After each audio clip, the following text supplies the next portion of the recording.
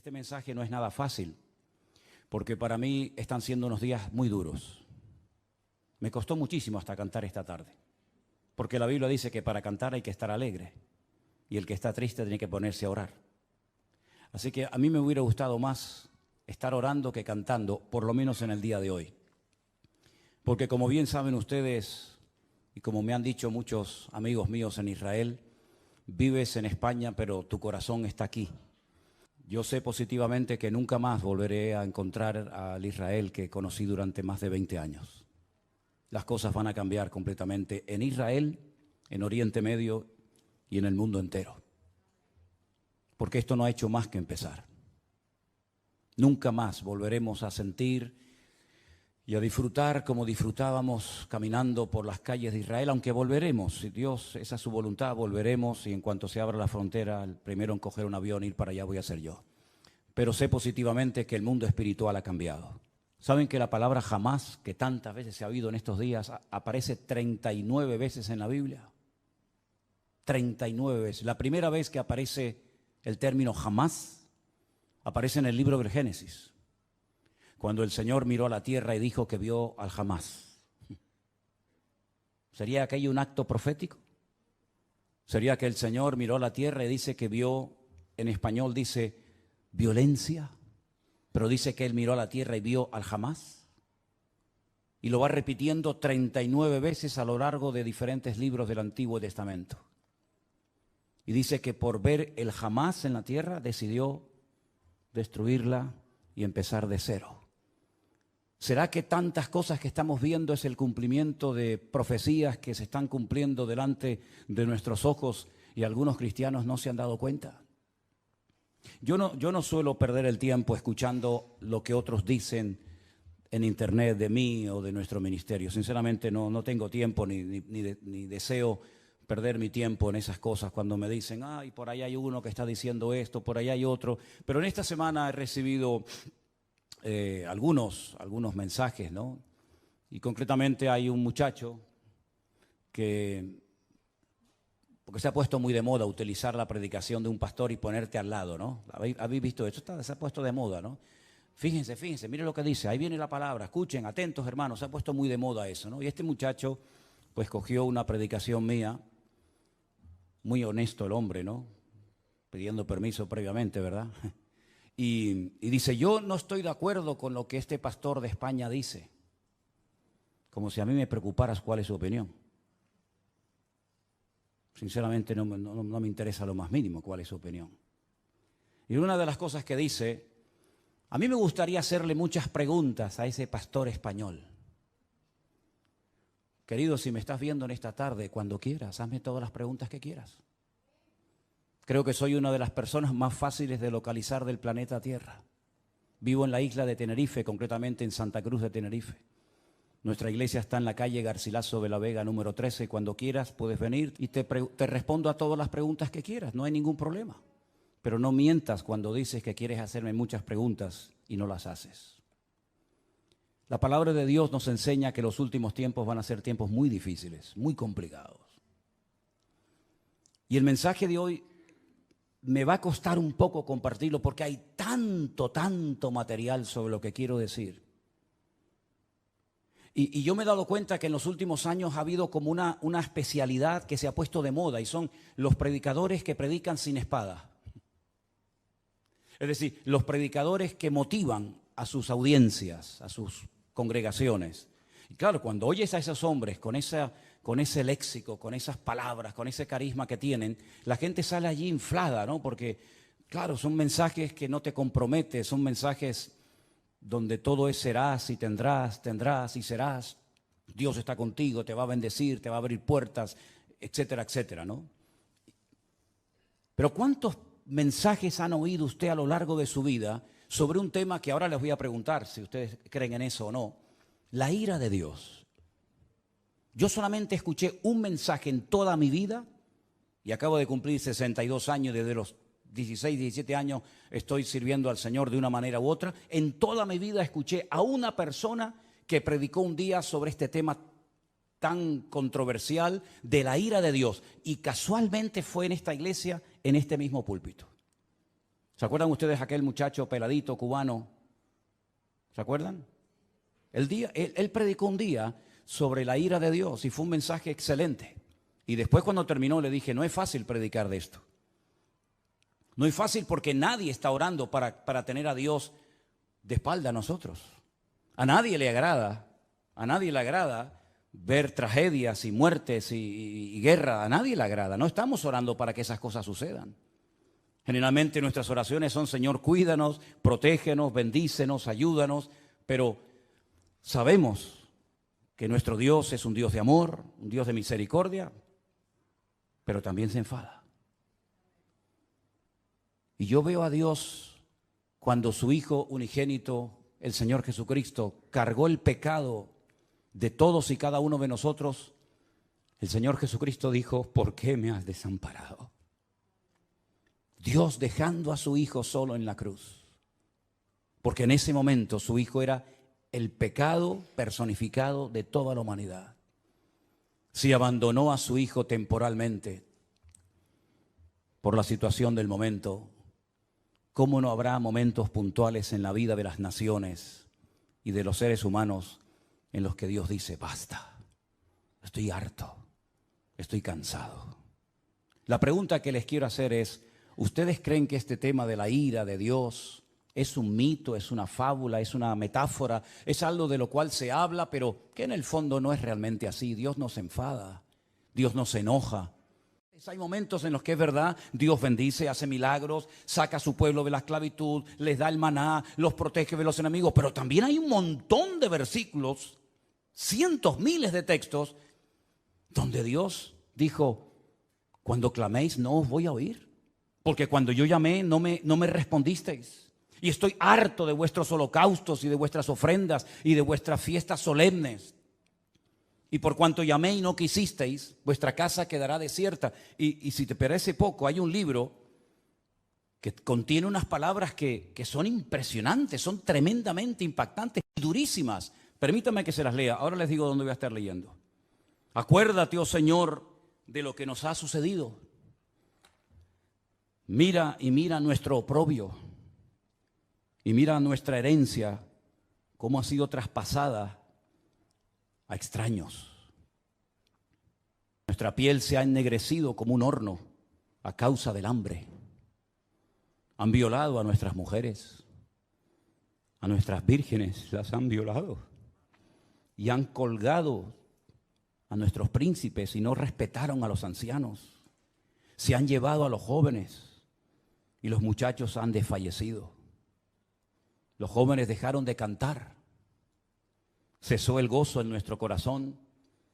Nuestra danza se ha convertido en luto. Cayó la corona de nuestras cabezas. Ay de nosotros, Señor, porque pecamos. Por esto se entenebrecieron nuestros ojos. Mas tú, Señor, permaneces para siempre y tu trono de generación en generación. No estoy leyendo un poema, estoy leyendo la Biblia en el capítulo 5 del libro de Lamentaciones. Es tremendo, ¿verdad? Es tremendo cuando Dios dice, basta, hasta aquí hemos llegado, se acabó. Es tremendo cuando Dios le dice a su pueblo, no voy a oír vuestras oraciones, no voy a estar presente en vuestras fiestas solemnes, no voy a oír. El cielo lo haré de bronce y vuestras oraciones no pasarán del techo. Es tremendo, ¿verdad? Cuando Dios ha permitido cosas tremendas en la historia que han afectado a millones de personas, como por ejemplo el diluvio. ¿Cuántas miles de personas habrán muerto en el diluvio, hermanos? Bueno, nadie lo puede saber con exactitud, pero yo creo que murieron miles de personas en el diluvio. Algunos dirán, bueno, millones. Bueno, está bien, millones. ¿Quién mandó el diluvio, hermanos? ¿Quién mandó el diluvio? ¿Quién le dijo a Noé, prepárate porque yo voy a mandar un diluvio a la tierra? ¿Quién fue el que destruyó las ciudades de Sodoma y de Gomorra? Si no fue tu Dios, ¿quién fue entonces? A mí me hace gracia cuando hay gente que dice, es que el Dios del Antiguo Testamento es completamente diferente al Dios del Nuevo Testamento. Y eso es muy peligroso hablar así. Porque estás hablando como que hay dos dioses, uno malo y uno bueno. Uno que está siempre enfadado y enojado, y otro como que es benevolente, como Papá Noel o como San Nicolás, como lo llaman en otros países, ¿verdad? Que nos concede todo y no importa lo que hagamos. Pero esa no es la enseñanza bíblica. La enseñanza bíblica es que hay un solo Dios. Y el del antiguo es el del nuevo, y el del nuevo es el del antiguo, y no hay otro Dios. Lo que pasa es que hay momentos en los que Dios actúa con infinita misericordia y nos sorprende, y a pesar de nuestras rebeliones y desobediencias nos cuida y nos bendice, pero dice, y lo he leído varias veces en esta semana, no lo hago por ustedes, que os quede claro, no lo hago por vosotros, sino para que mi nombre no siga siendo pisoteado y blasfemado entre vosotros. ¿Me da cuenta? ¿Y quién permitió la destrucción del primer templo de Jerusalén? ¿No fue Dios? ¿Quién le dio autoridad a Nabucodonosor para que quemara el templo y se llevara los tesoros a Babilonia y rompiera la ciudad de Jerusalén y durante 70 años no pudieran volver a su tierra? ¿Quién fue? ¿No fue Dios? ¿Y quién fue el que permitió la destrucción del segundo templo de Jerusalén, donde se cree que murieron 1 millón de judíos en la destrucción de la ciudad de Jerusalén?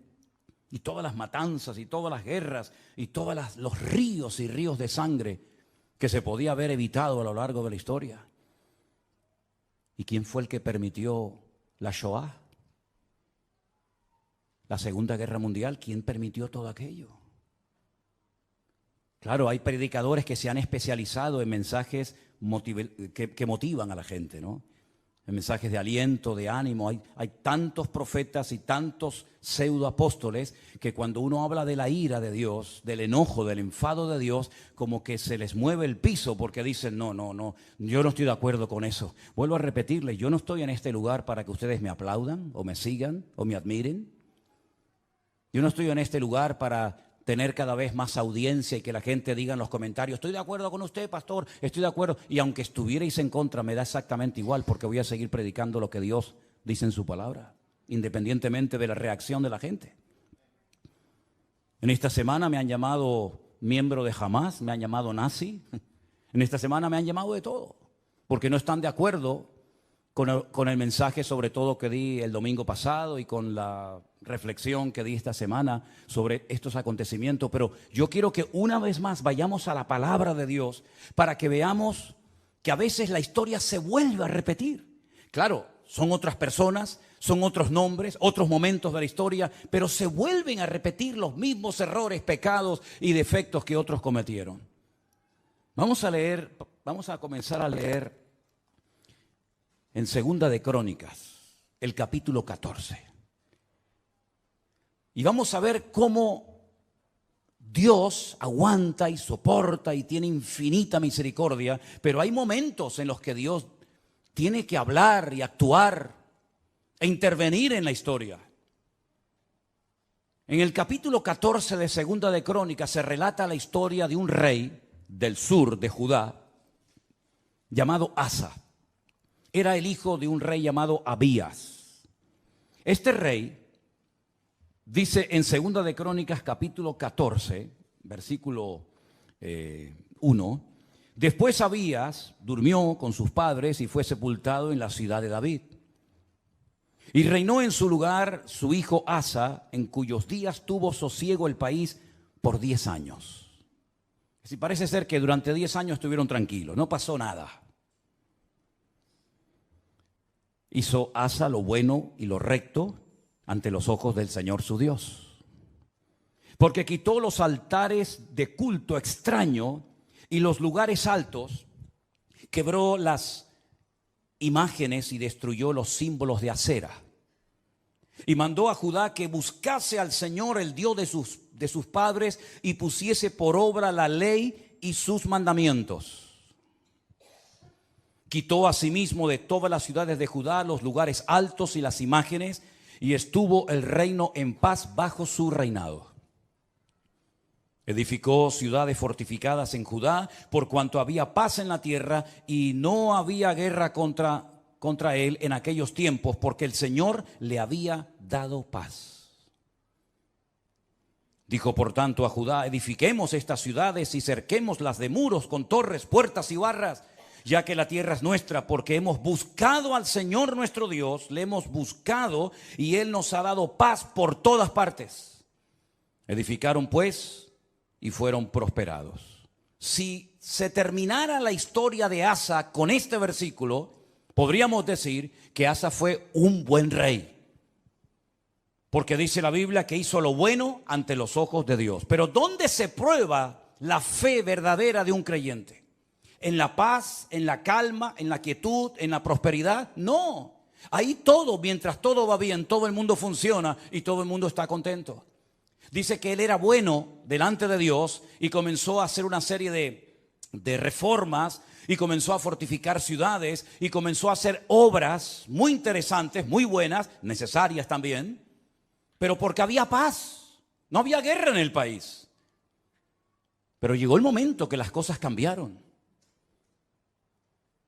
Y tuvo también Asa ejército con escudos y lanzas. Tuvo de Judá 300,000. Es curioso, ¿no? El mismo número de reservistas que Israel ha movilizado en estos días, 300,000. Y de Benjamín 280,000, es decir, tenía 580,000 soldados entre su tribu y la tribu de Benjamín, que traían escudo y entensaban arcos, todos hombres diestros. Versículo 9.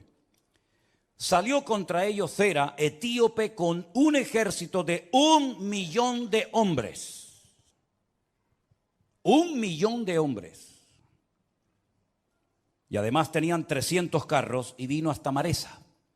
Entonces salió Asa contra él, ordenaron la batalla en el valle de Cefata junto a Maresa. Y clamó Asa al Señor su Dios y dijo, escuchen la oración: oh Señor, para ti no hay diferencia alguna en dar ayuda al poderoso o al que no tiene fuerzas. Ayúdanos, Señor Dios nuestro, porque en ti, ¿qué dice?, nos apoyamos, y en tu nombre venimos contra este ejército. Casi igual que las palabras que David pronunció cuando fue a pelear contra el gigante Goliat. Tú vienes contra mí con espada y jabalina, mas yo voy contra ti en el nombre de mi Dios. Ahora Asa casi dice lo mismo. Ayúdanos, porque en tu nombre venimos contra este ejército. Oh Dios, tú eres nuestro Dios. Que no prevalezca el hombre contra nosotros. ¿Qué pasó? Que el Señor, Jehová, deshizo a los etíopes delante de Asa y delante de Judá, y huyeron los etíopes, que eran 1,000,000 de hombres armados hasta los dientes, y además 300 carros de combate. Era humanamente imposible hacer frente y vencer a este poderosísimo enemigo, porque la desproporción era enorme. Tenían 580,000 hombres, pero el enemigo viene contra ti con 1,000,000 de soldados y no vas a poder hacer frente a esta guerra. ¿Qué fue lo que hizo Asa? Orar. Señor, ayúdanos. Nos apoyamos solamente en ti. Dios le respondió, ¿sí o no? ¿Vio una contundente victoria? ¿Sí o no? ¿Fue el enemigo derrotado? ¿Sí o no? Bueno, con esta victoria ya Asa tenía que tener más que interiorizada y aprendida la lección de que si oramos y nos apoyamos solamente en Dios, Dios siempre nos va a ayudar. No importa el momento, no importa la dificultad, no importan nuestras limitaciones. Nosotros nos apoyamos en nuestro Dios, que no conoce ningún tipo de limitación, y siempre el Señor saldrá victorioso. ¿Cuántos dicen amén? Perfecto.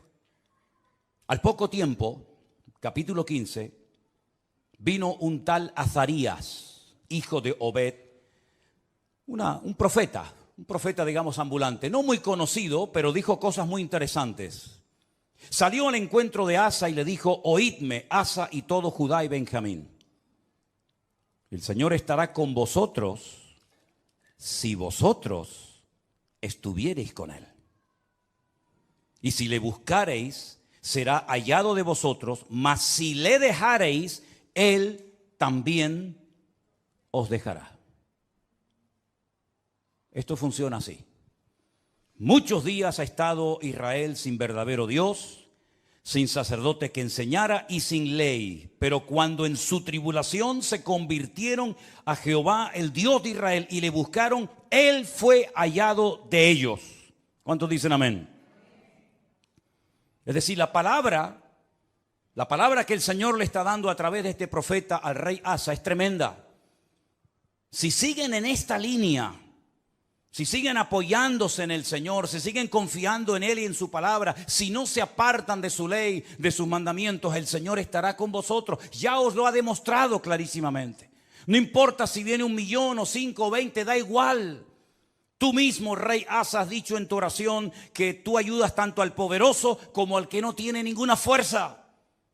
Porque el ejército o la victoria no depende de nosotros, sino depende del Señor, porque no es con espada, no es con ejército, es con mi Santo Espíritu, dijo el Señor. Y él lo vio, el Señor se lo demostró.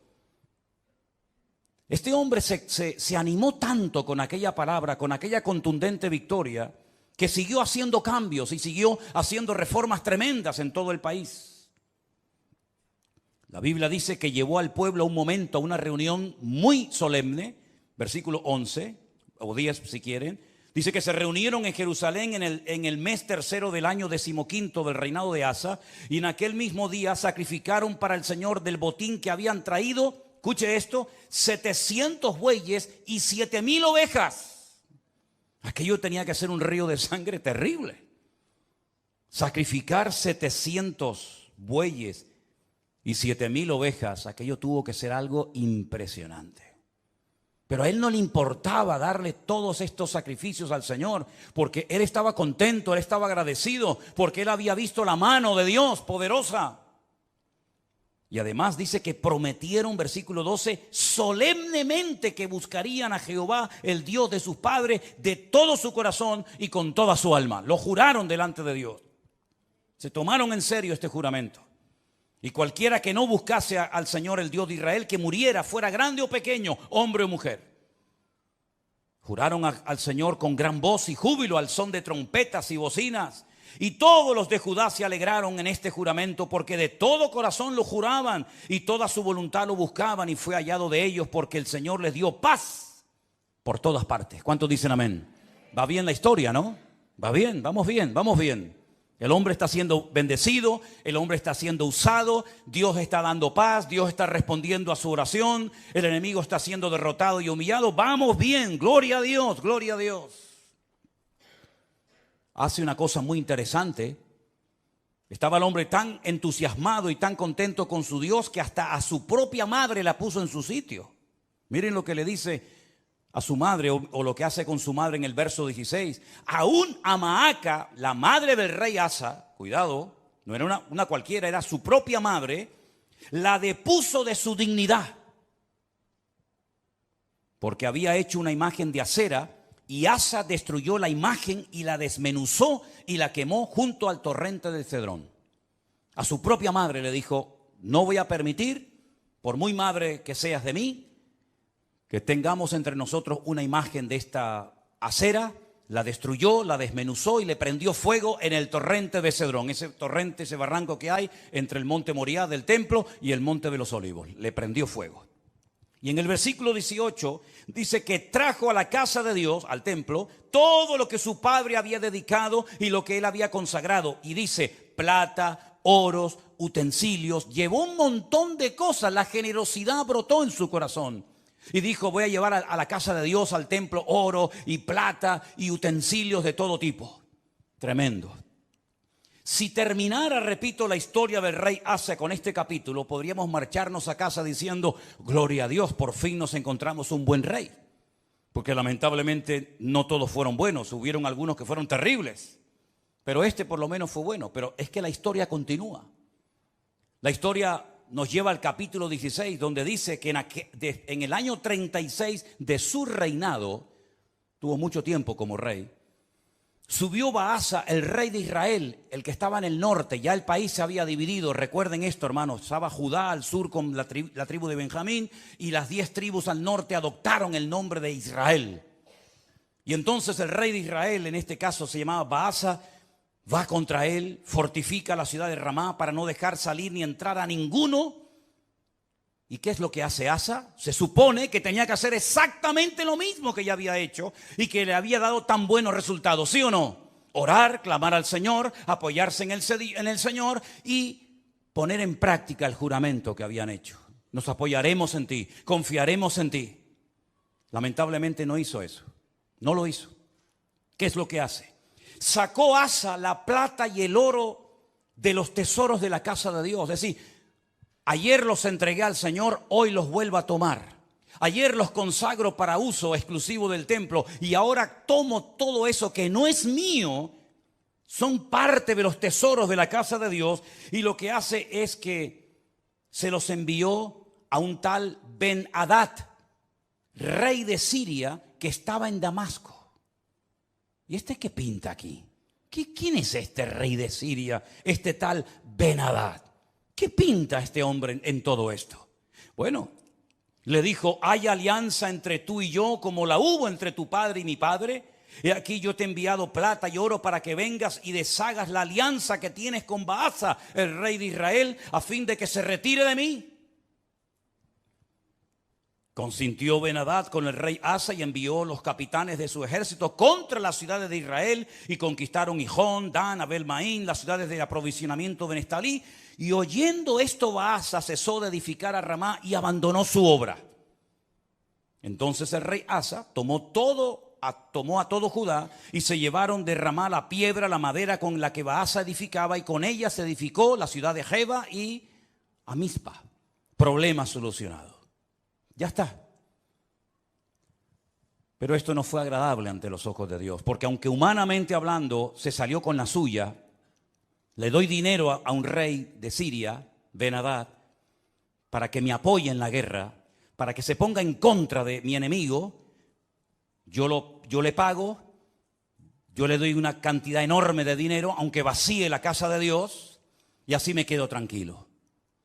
Pero es que resulta que en aquel tiempo a los profetas, y lo dicen otros textos de la Biblia, se les llamaba videntes, porque eran los que veían, los que leían las circunstancias, los que interpretaban el mundo espiritual. Por eso se les llamaba por un tiempo a los profetas videntes, porque veían más allá de lo natural. Porque lo natural, como he dicho muchas veces, es un reflejo de lo espiritual. Y ahora viene este vidente, este profeta, y le dice al rey Asa, por cuanto te has apoyado en el rey de Siria y no te apoyaste en el Señor tu Dios, por eso el ejército del rey de Siria se escapó de tus manos.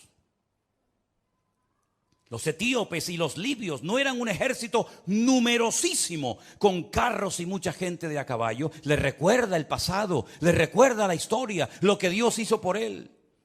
Con todo, porque te apoyaste en Jehová, Él los entregó en tus manos. Porque los ojos del Señor contemplan toda la tierra para mostrar su poder a favor de los que tienen corazón perfecto para con Él. Y ahora le dice, locamente has hecho esto. Locamente has hecho esto. Porque de aquí en adelante habrá guerra contra ti. Has abierto una brecha, has abierto una puerta en el mundo espiritual y a partir de hoy tu vida va a cambiar radicalmente, pero para mal, no para mejor. ¿Qué hubiera hecho usted, hermano y hermana, o yo, si nos viene un profeta como este, Hanani, y nos amonesta y nos dice esta palabra? ¿Qué hubiéramos hecho? Señor, perdóname, lo siento. Así como el profeta Natán, ¿se acuerdan cuando fue a la casa del rey David y le dijo, tú eres ese hombre, tú has pecado por culpa tuya? El nombre de Dios ha sido blasfemado y pisoteado en el mundo de los gentiles. Y David dijo, Señor, perdóname, no quites de mí tu Santo Espíritu, ¿verdad? Y ten piedad de mí, etcétera, etcétera. Lo mismo tendría que haber hecho Asa, ¿sí o no? Era un hombre de Dios, conocía la palabra, había visto el poder de Dios en su vida, en su reinado. Lo lógico hubiera sido decir, perdóname, Señor, lo siento mucho, he dado un mal ejemplo al país, sacando los tesoros de la casa de Dios y dándoselos a un pagano para que me ayude, como si no tuviéramos un Dios más poderoso que el rey de Siria, Ben-Hadad. ¿No te das cuenta, querido hermano, que cada vez que te apoyas en algo o en alguien que no es Dios, el que se lleva la gloria no es Dios, sino el que en la persona en la que te has apoyado? Locamente has actuado. Un hombre de Dios no tiene que actuar de esta manera. Un pueblo que conoce a su Dios no puede caer en estos errores. ¿Qué dije el domingo pasado? Hay cosas que se hacen en este país o en el tuyo o en muchas naciones de la tierra que no es que estén bien, pero bueno, digamos que no afectan tanto al mundo espiritual. Pero Israel no puede permitirse ser como los demás. Israel no puede imitar a los demás perdiendo su identidad, apoyándose en lo que nunca tenían que haberse apoyado y olvidándose de su Dios. Porque Israel no es un país cualquiera. Israel tiene que ser un punto de referencia para todo el mundo. Tiene que ser una luz entre las naciones, que ese fue el propósito por el cual, o uno de los propósitos por el cual Dios los llamó. Así que has actuado locamente porque tú tenías que haberte apoyado en el Dios Todopoderoso que te ha demostrado que es un Dios poderoso y que no importa si vienen 1 millón o 20 contra ti, el Señor te va a librar. Y como hemos cantado esta tarde, y espero que no solamente haya sido una canción, sino algo que tenemos claro en nuestra vida, por un camino vendrán y por 7 huirán. Y él sabía ese versículo que hemos cantado en esta tarde. Pero ¿qué pasó? Versículo 10. Se enojó Asa contra el vidente. Se enfadó contra el profeta. Lo mete en la cárcel porque se encolerizó grandemente a causa de esto. No le hizo gracia la palabra del profeta Hanani. No le gustó. Oprimió Asa en aquel tiempo a algunos del pueblo. Mas he aquí los hechos de Asa, primeros y postreros, están escritos en el libro de los reyes de Judá y de Israel. Ahora escucha bien. En el año 39, pocos años después de su reinado, este rey enfermó gravemente de los pies. Y en su enfermedad, ¿a quién buscó? A los médicos. Como diciendo, ni en mi enfermedad me voy a humillar delante de Dios. No está mal ir a los médicos, ni mucho menos. El Señor dice en su palabra, yo envío sanidad y medicina a mi pueblo. Pero la actitud de Asa es de soberbio, es de arrogante, es decir, estoy enfermo, si clamara al Señor, Dios me podría sanar, pero no lo voy a hacer, porque no quiero saber nada de ese Dios. Y dice que en su enfermedad buscó a los médicos en vez de a Dios. Al final, murió. En el año 41 de su reinado, lo sepultaron en los sepulcros que él había hecho para sí en la ciudad de David. Lo sepultaron en un ataúd y le llenaron de perfumes y de diversas especies aromáticas preparadas por expertos perfumistas e hicieron un gran fuego en su honor. Perfumes para el muerto. Y ahí se acaba la vida y el reinado de Asa. ¿Qué les parece? ¿Qué les parece?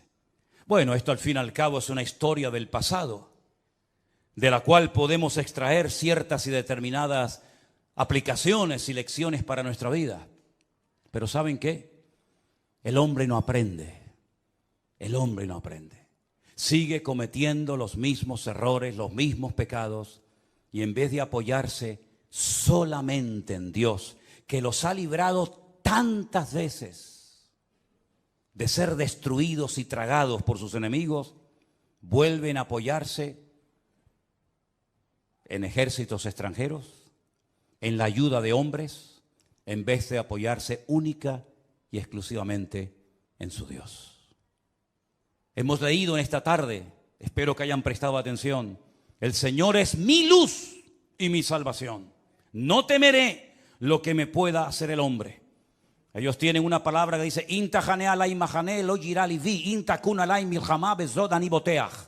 aunque un ejército acampe contra mí, no temerá mi corazón. Aunque contra mí se levante en guerra, yo viviré confiado. Eso es lo que dice la palabra. Pero eso no puede ser solamente un texto bíblico. Eso tiene que ser una realidad cada día de nuestra vida.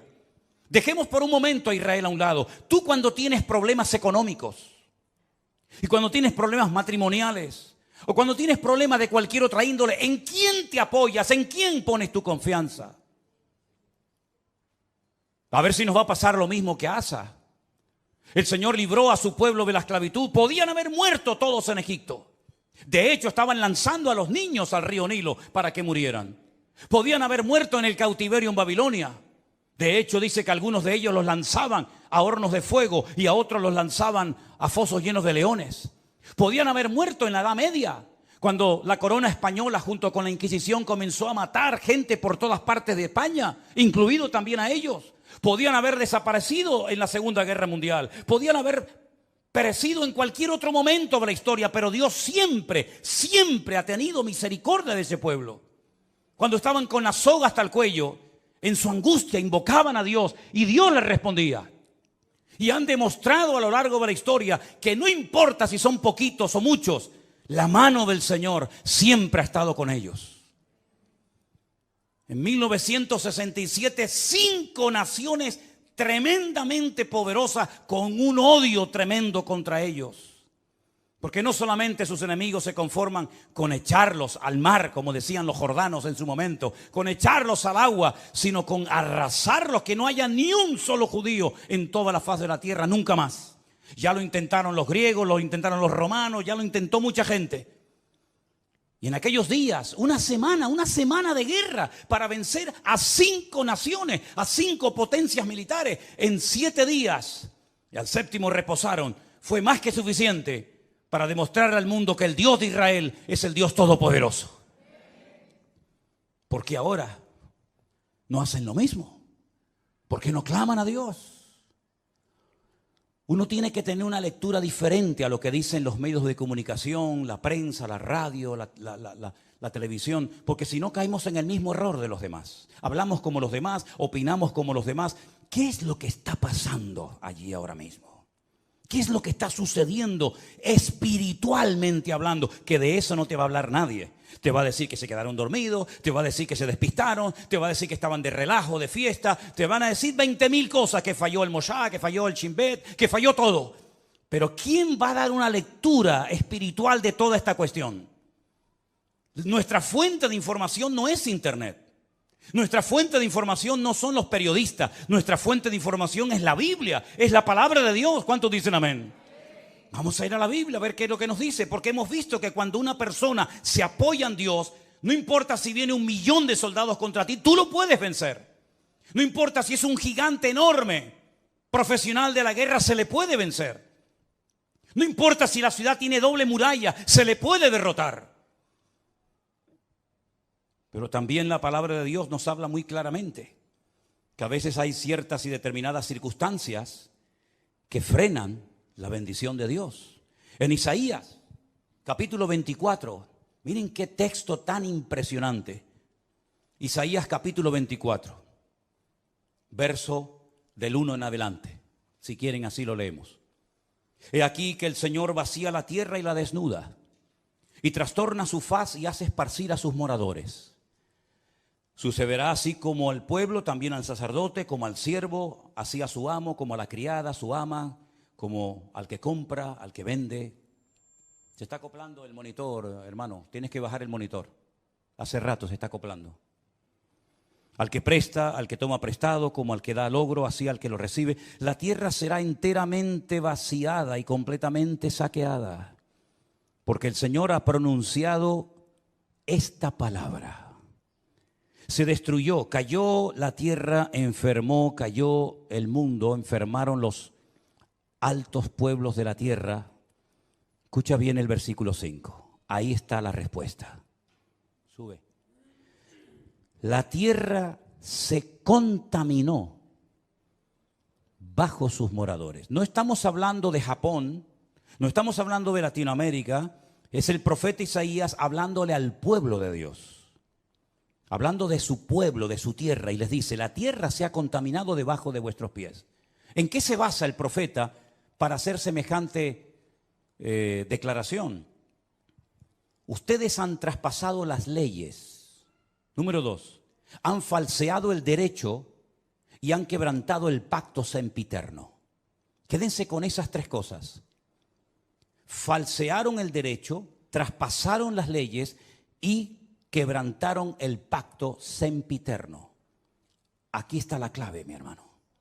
Ahí está la respuesta que Dios da en su palabra.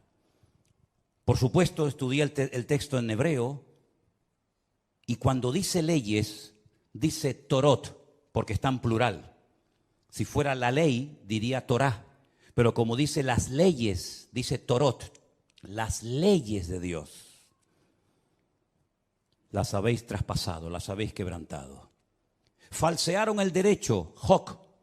Hok es otra palabra que significa obligaciones morales, normas de convivencia, las habéis quebrantado también. No solamente lo divino, lo religioso, la Torá, los Torot, los mandamientos inspirados por el Espíritu Santo, dados a través de Moisés en el monte Sinaí, los habéis quebrantado. No solamente eso, sino que también habéis modificado las normas, habéis manipulado vuestras obligaciones y habéis permitido ciertas y determinadas cosas que van en contra de la palabra que ustedes saben como pueblo de Dios que no se deben ni se pueden hacer. Y además de todo eso, lo que ha sucedido es que el pacto sempiterno, fíjate qué palabra tan interesante. Una cosa es eterno, otra cosa es sempiterno. Parece lo mismo, pero no es igual. Nuestro Dios no es sempiterno, nuestro Dios es eterno, porque no tiene principio ni tiene fin. Pero el pacto que Dios hizo con el pueblo de Israel tiene principio y no tiene fin. Por eso se llama un pacto sempieterno. No es un sinónimo, sino es una connotación diferente. Dice el Brit Olam. El Brit Olam en hebreo se ha traducido muy bien en esta ocasión por un pacto que tuvo un principio. ¿Dónde tuvo el pacto ese principio? Vamos a verlo ahora. Para posicionarnos y ver a qué se refiere la palabra de Dios cuando dice que llegaría un momento en la historia en el que el pueblo de Israel quebrantaría los Torot, la ley de Dios, los Hok, las normas de convivencia, las obligaciones de un país y además el pacto sempiterno. Ese pacto del cual está haciendo referencia Isaías se menciona en el primer libro de la Biblia, el libro del Génesis. Cuando el Señor le dice a Abraham, tenemos que remontarnos a los tiempos de Abraham, espero que no se estén perdiendo, porque para mí es tremendamente interesante que ustedes entiendan esta porción y este mensaje hoy. El Señor le dice a Abraham, yo estableceré mi pacto entre mí y ti, y entre tu descendencia por tus generaciones. Es decir, el pacto no termina con tu muerte. El pacto no termina cuando tu hijo se muera, Isaac, o cuando tu nieto Jacob muera, sino que será un pacto con toda tu descendencia por todas las generaciones, y yo seré tu Dios y el de tu descendencia para siempre. Este es mi pacto. Este es mi pacto, versículo 10. Este no es el pacto que Jesús hizo en el huerto, en Jerusalén cuando dijo, tomad y comed, esto es mi cuerpo. No, ese no es. Este es otro pacto. Este es un pacto que está haciendo con Abraham, el padre de la nación hebrea. El pacto que Dios hizo con este varón le dice, guardaréis entre mí y vosotros y tu descendencia después de ti. Será circuncidado todo varón entre vosotros. Es decir, siempre hay una señal de un pacto. ¿Cómo puedo yo demostrar que Dios ha hecho un pacto conmigo? ¿Cómo lo puedo demostrar? Bueno, Dios me dijo ya, Dios te dijo, pero las palabras se las lleva el viento, como dice el refrán. ¿Cómo podía Noé demostrar que Dios había hecho un pacto con él? Cuando veáis el arco en las nubes, esa es la señal del pacto que yo he hecho con ti. Perfecto. ¿Y cómo podía Abraham demostrar, o la descendencia de Abraham, que Dios había hecho un pacto con ellos, que los había escogido de entre todas las naciones? Esta será la señal del pacto. Circuncidaréis la carne de vuestro prepucio y os será por señal entre mí y vosotros. A la edad de 8 días, luego no es un pacto con la nación islámica, con los árabes, porque los árabes se circuncidan a los 13 años. Y los judíos circuncidan a sus hijos a los 8 días. ¿Te das cuenta? El pacto va a ser una señal que vas a llevar toda tu vida en tu carne, en tu cuerpo. Y se la tienes que hacer al bebé a los 8 días. Por vuestras generaciones. El nacido en casa, el comprado por dinero, también los extranjeros que no fueren de tu linaje. Debe ser circuncidado el nacido en tu casa, el comprado por dinero. Estará mi pacto en vuestra carne por pacto perpetuo. El varón incircunciso, el que no hubiere circuncidado la carne de su prepucio, aquella persona será cortada de su pueblo, ha violado mi pacto. Da igual si son religiosos o no, si son creyentes o no, si son practicantes o no. No hay ni un solo varón de Israel que no sea circuncidado, ni uno. No van a la sinagoga, no leen la Torá, no practican los mitzvot, no se ponen los tefilín, no hacen ningún tipo de manifestación religiosa, pero a nadie se le ocurriría tener un hijo y no circuncidarlo. Eso no se negocia. Aunque te hayas casado con una chica no judía, jamás por amor a tu mujer no judía vas a decir, bueno, al niño no lo circuncidamos. No, lo han hecho en todas partes, en Egipto. En la Segunda Guerra Mundial lo hacían, a escondidas lo hacían, por la prohibición que los reyes católicos pusieron de que no se podía seguir circuncidando. Es la señal del pacto. Todos los hombres en Israel están circuncidados. Llevan en su carne la señal de que están bajo un pacto. Lo entiendan o no, ustedes se han metido debajo de un pacto. ¿Cómo se llama Israel? ¿Cómo se llama ese país? Israel, no. Estado judío de Israel. Es decir, estáis bajo un pacto que Dios ha hecho con vosotros. Y lo creáis o no, lo entendáis o no, ustedes llevan en su cuerpo una marca como señal de que estáis bajo ese pacto.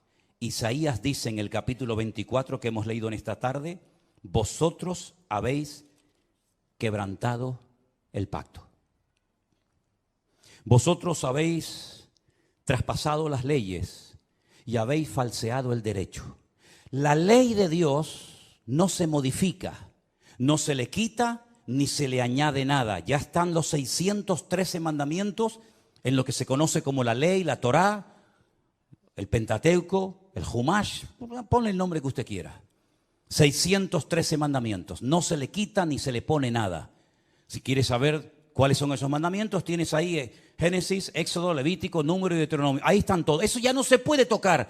Pero las normas, las reglas, tienen que ir en consonancia con la ley de Dios, ¿sí o no? ¿Quién se tiene que adaptar? ¿El hombre a Dios o Dios al hombre?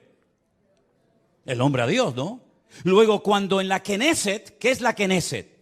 La Knesset es el parlamento israelí, donde están todos los partidos políticos, los de derecha, los de izquierda, los árabes, todos están allí. En la Knesset se aprueban leyes y esas leyes tienen que ir en consonancia con la palabra de Dios, porque ustedes están bajo un pacto y lo saben porque llevan la señal de ese pacto en vuestra propia carne. ¿Me siguen o no? Ok. Vamos a conocer al presidente del parlamento israelí. Se los presento a todos ustedes. Ahí lo tienen. El presidente de la Knesset de Israel se llama Amir Ohana. Presidente de la Knesset. Presidente del parlamento israelí. Judío, circuncidado. Faltaría más.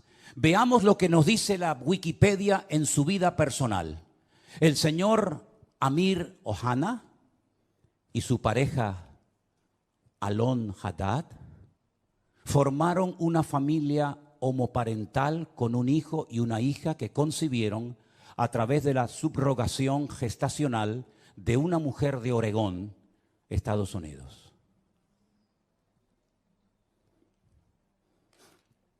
Sin comentarios. Gracias. Presidente del Parlamento israelí. Vosotros habéis traspasado mis leyes, habéis pervertido el derecho y habéis quebrantado mi pacto. Alguien dijo, no es una frase mía, cuando nos distanciamos de Dios y de su palabra, ponemos nuestra vida en peligro. ¿No les parece a ustedes? Pero la palabra de Dios dice, sin santidad nadie verá al Señor. Llámese Israel, llámese sudamericano, llámese latino, llámese como se llama. Sin santidad nadie verá al Señor. No es un título, una nacionalidad, un pasaporte lo que nos salva, sino el apoyarnos única y exclusivamente en Dios y en su palabra. Pero ahora resulta que ya están tranquilos porque el tío Sam les ha dicho, yo estoy con ustedes. Antes se llamaba Ben Haddad, ¿se acuerdan? Ben Haddad. Ahora se llama señor Biden. Pero qué lástima que no haya un Ananí en Israel hoy por hoy. Porque si Juan el Bautista levantara la cabeza y entrara al parlamento israelí, bueno, ya entró en su época, ¿no? Cuando aquel rey llamado Herodes, ¿se acuerdan? ¿Se acuerdan el rey Herodes? Aquel títere, aquel monigote que ni era rey ni nada, pero lo habían nombrado los romanos, le habían dicho, tú vas a ser el rey de Israel. Qué valientes fueron los magos de Oriente, ¿se acuerdan? Cuando vienen seguramente en un viaje de días, de semanas o tal vez de meses y llegaron a Belén, al Herodión, donde vivía el rey Herodes, y le dijeron, venimos a adorar al rey de los judíos porque su estrella hemos visto en el oriente.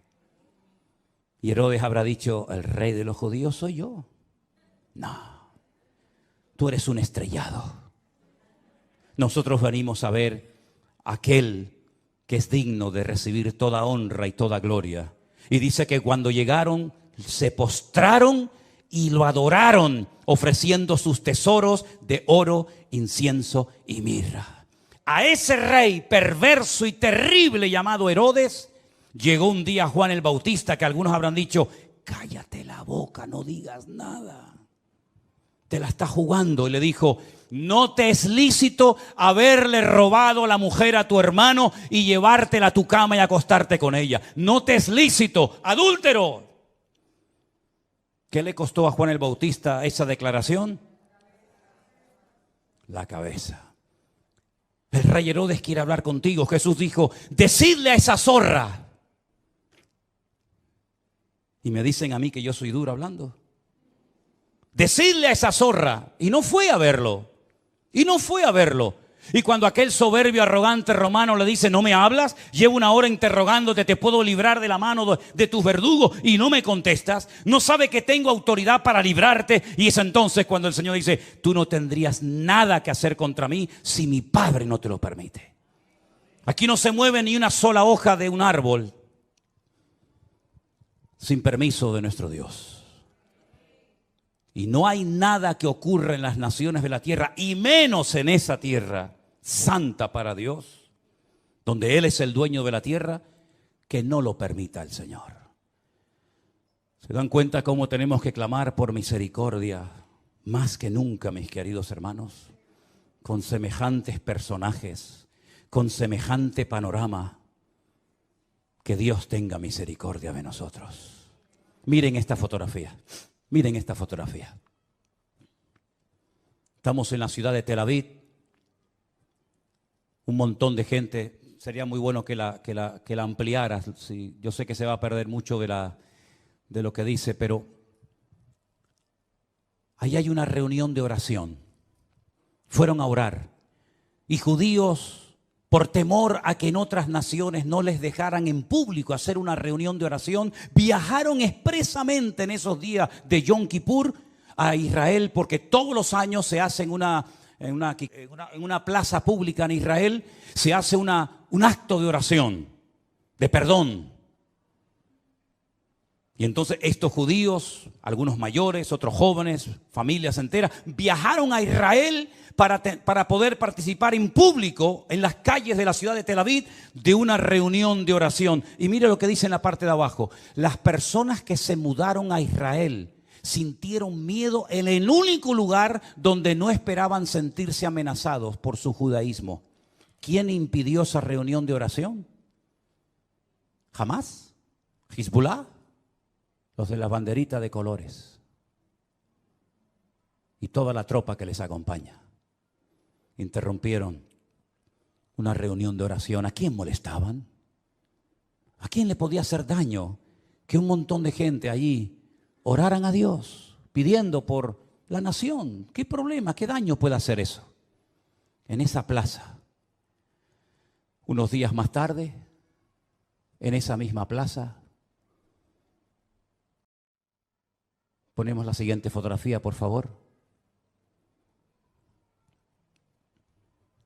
La gente se reúne y enciende velas para recordar a las víctimas de Israel. ¿Casualidad? Díganme lo que quieran. Díganme lo que quieran. Pero en esa plaza, una semana atrás, los echaron prácticamente a patadas para que no oraran por Israel. Y una semana más tarde, en esa misma plaza, tuvieron que ir a poner velas a recordar lamentablemente, en ese acto de salvajismo terrible que hemos visto, a las víctimas que murieron. ¿Qué les parece, hermanos? ¿Qué les parece? Empecé este mensaje haciéndoles una pregunta. ¿Ustedes creen en la ira de Dios? ¿Ustedes creen que Dios se enfada, que podemos hacer lo que nos da la gana y no pasa nada? Sigan jugando con Dios, sigan. Tarde o temprano te darás cuenta que con Dios no se puede jugar. Es mejor decir no soy nada a decir soy judío, soy cristiano, soy evangélico, soy creyente y vivir peor que la gente del mundo. Yo decía hasta hace unos días, ya no lo voy a volver a decir más porque sería un insulto, ¿no? Yo decía que esta gente que entró hizo esas cosas terribles que no tienen ni nombre, y lógicamente no vamos a poner ninguna escena de esas, se portaron como animales, y me equivoqué. Los animales no se comportan así. Alguien dijo recientemente, si los seres humanos todos tuviéramos corazón de perro, no habría guerras en el mundo. Porque dicho sea de paso, la palabra perro en hebreo es kolev. Kelev. Kol, lev. Todo corazón. Kol, todo, lev, corazón. El perro se llama en hebreo todo corazón. ¿Cuánto echo de menos a mi perro? ¿Cuánto echo de menos a Trotsky? ¿Cuánto lo echo de menos? Los viajes que he hecho con él, los días que he viajado solo por ahí, durmiendo en cantidad de lugares y siempre a mi lado, siempre ahí, ¿verdad? Ustedes saben que era mi sombra. Cuando vivíamos enfrente de la iglesia, saltaba el muro, aunque tenía ya las patitas con problema y con dolor, saltaba y se metía aquí en la iglesia y aquí se quedaba quietito, ¿verdad? Si fuéramos todos los seres humanos con corazón de perro, no veríamos estas cosas terribles que hemos visto. 150 personas que no se sabe lo que va a ser de ellas, niños, en fin, no quiero ni mencionar la palabra. ¿Qué les parece, hermanos? El único que puede solucionar esto, ¿saben quién es? Dios. ¿Saben quién va a ganar la guerra esta? Dios es el que la va a ganar. Y si todo esto lleva al hombre a ponerse de rodillas y a pedir perdón, pues gloria a Dios. Porque lean ustedes esta semana Sofonías, lean ustedes Joel, lean ustedes Miqueas, lean ustedes el libro de Jeremías, lean ustedes, hermano, el libro de Lamentaciones y os vais a dar cuenta cuántas muertes, cuántas guerras se podían haber evitado si el pueblo hubiera puesto su apoyo y su confianza solamente en Dios. Y no he mencionado lo peor. Lo voy a mencionar así de pasadas, pero no nos olvidemos que un papa pidió perdón, ya tarde, pero bueno, por lo menos pidió perdón por la Inquisición. Un rey español pidió perdón por haber expulsado al pueblo de Israel de España, robándoles todas sus posesiones y mandándolos con lo puesto. Alemania pidió perdón hace años por lo que había hecho, y mira qué país tan bendecido y tan próspero es Alemania, ¿eh?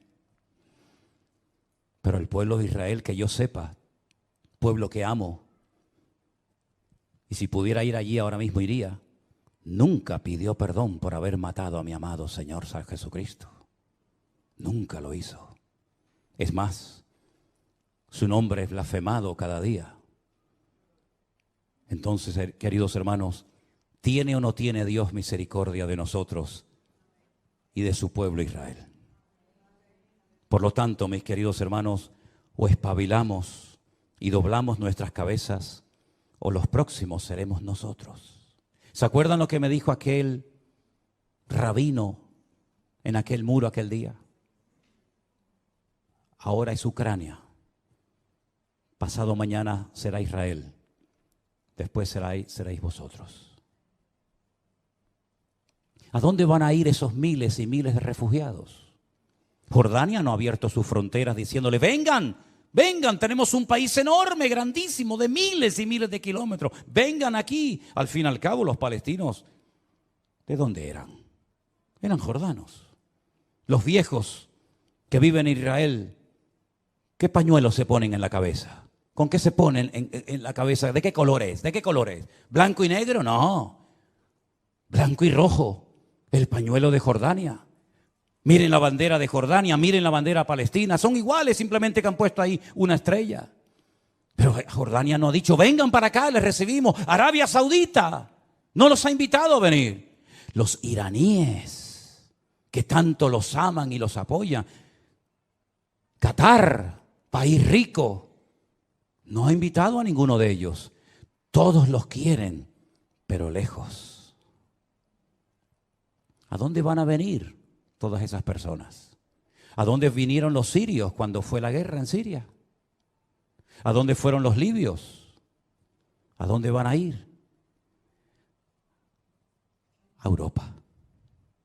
Aquí tienen pagas, aquí tienen comida, aquí tienen todo lo que sus hermanos árabes jamás les van a dar. Así es que he dicho muchas veces, lo mejor está por venir. Pero bíblicamente, para ciertos sectores de la tierra, lo peor está por venir. Porque si les interesa el tema, lean esta semana detenidamente capítulo 38 y 39 de Ezequiel. Ahí te dice quién va a atacar y cuándo lo va a hacer. Y no son estos, Hay un dato tremendamente significativo. Esta guerra va a terminar, por supuesto que sí. Y todo volverá supuestamente a la normalidad. Volverán a estar tranquilos porque ya se han quitado un enemigo de encima. Lean Ezequiel 38 y 39 y te dice cuándo va a atacar el de arriba. El de arriba. ¿Quién es el de arriba? El del norte. El oso. Te dice cuándo van a hacerlo y cómo va a morir y el tiempo que tardarán enterrando muertos. Es impresionante. Es que la Biblia es el periódico de mañana. Por eso hay que leerla y escudriñar las Escrituras. Así que Dios tenga misericordia de nuestras vidas. Amén, hermanos. La pregunta es, y termino, ¿cómo es posible que este pueblo tan inteligente, de tantos premios Nobel, no se dé cuenta de todo lo que está sucediendo? Bueno, la palabra de Dios nos enseña que están ciegos. Están ciegos. Lamentablemente la ceguera de Israel es tan tremenda, que por inspiración del Espíritu Santo, un profeta dijo de ellos lo siguiente, y con esto termino. Isaías capítulo 29. Deténganse y queden maravillados. Cegaos, embriagaos, pero no de vino, y tambalead, pero no de sidra. Porque el Señor derramó sobre vosotros. ¿A quién le está hablando Isaías? A Israel, no a nosotros. En ese momento Isaías le estaba predicando al pueblo de Israel y le dice, el Señor derramó sobre vosotros espíritu de sueño.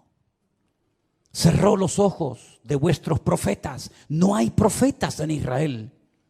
No hay profetas. Ellos dicen que los únicos que pueden tener Ruach HaKodesh, es decir, al Espíritu Santo, son los profetas. Y como no hay profetas, el Espíritu Santo no está en Israel.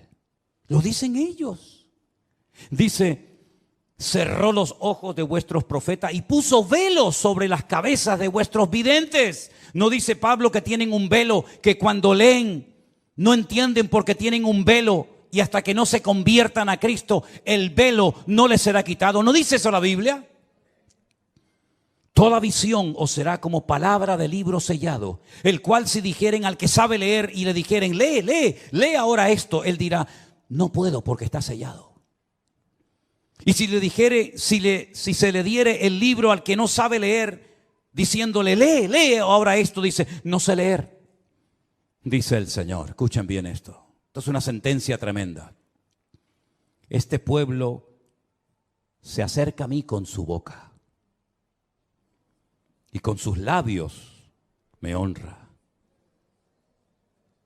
pero su corazón está lejos de mí. No te enfades conmigo, querido. Pelea con Isaías. Yo no escribí esto.